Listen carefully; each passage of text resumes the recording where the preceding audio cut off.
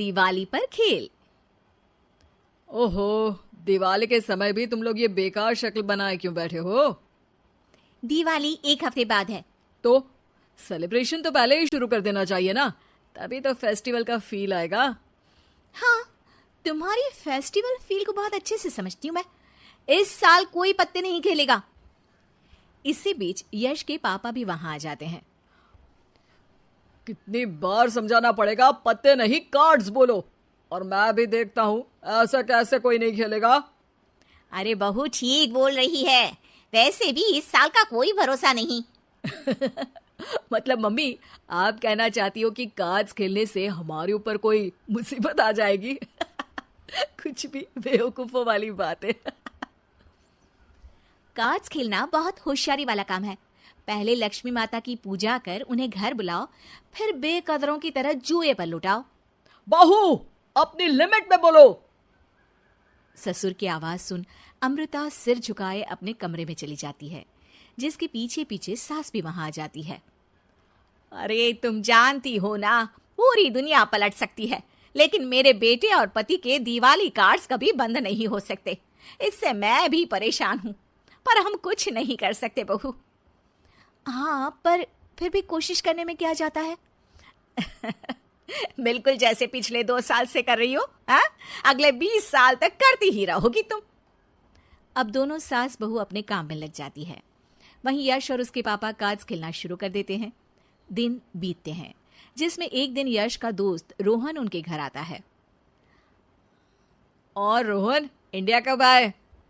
Bro, lockdown से पहले आया था, फिर यहीं रह गया। अब दिवाली है तो सोचा चलो सब दोस्तों से मिलते हैं।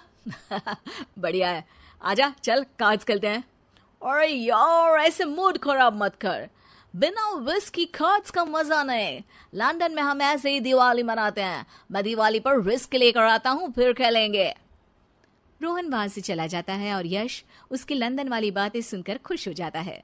इसी तरह दिन बीतते हैं और देखते ही देखते दिवाली का दिन भी आ जाता है, जिसमें पूरा परिवार सुबह से ही पूजा और सारे सेलिब्रेशन की तैयारियों में लग जाता है। शाम होते ही सब मिलकर पूजा करते हैं और उसके बाद रोहन भी वहां आ जाता है। कहीं मैं लेट तो नहीं हो गया? अरे नहीं नहीं बेटे, आओ बैठो, हम सब अभी गेम शुरू करने ही वाले थे। ये लीजिए आपका दिवाली गिफ्ट। रोहन विस्की की बोतल आगे करता है, जिस पर अमृता तुरंत बोल पड़ती है। वैसे हमारे यहाँ दिवाली पर कुछ सभ्य गिफ्ट दिया जाता है। और मेहमान को भगवान भी समझा जाता है। जाओ कुछ नाश्ता लेकर आओ।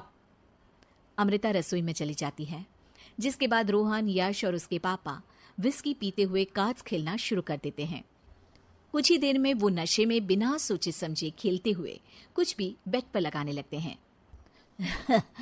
अरे मेरे तो सारे पैसे खत्म हो गए, पर ये सोने की अंगूठी है, आज ही अमृता ने गिफ्ट की है। इस बार मैं ही जीतूंगा। हाँ, सब दांव पर लगा दो। बीवी भी क्यों छोड़ रहे हो? इसे भी लगाओ, बना लो यहाँ दूसरी महाभारत। मैं तो तंग आ गई हूँ, पर ये नहीं सुधरेंगे। अरे इतना क्यों किलस रही है? खेलने देना उन्हें, कौन सा कोई लूट कर ले जाएगा। खेल ही तो रहे हैं, बाद में सब वापस कर देंगे। वो तो अभी पता चलेगा।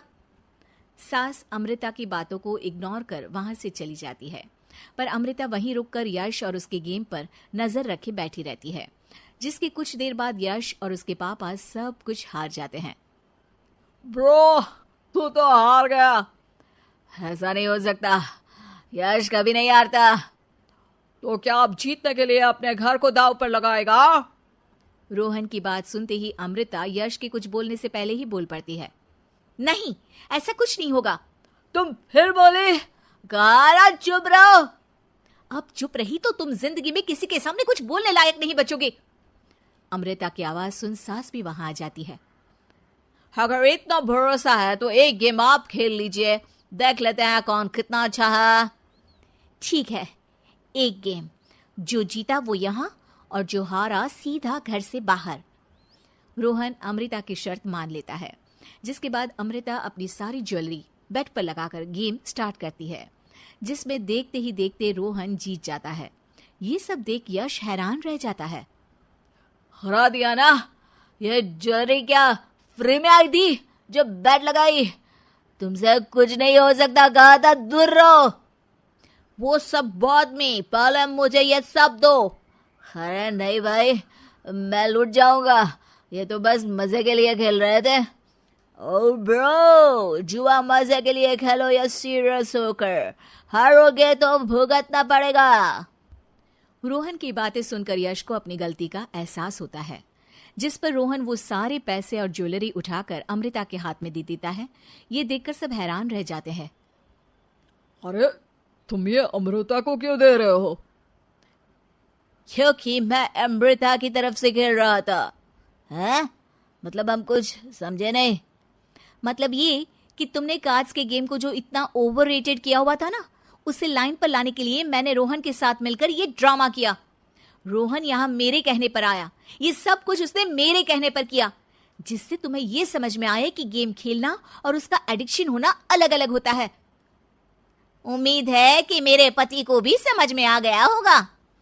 हाँ मोहतरमा, समझ गए अच्छी तरह से।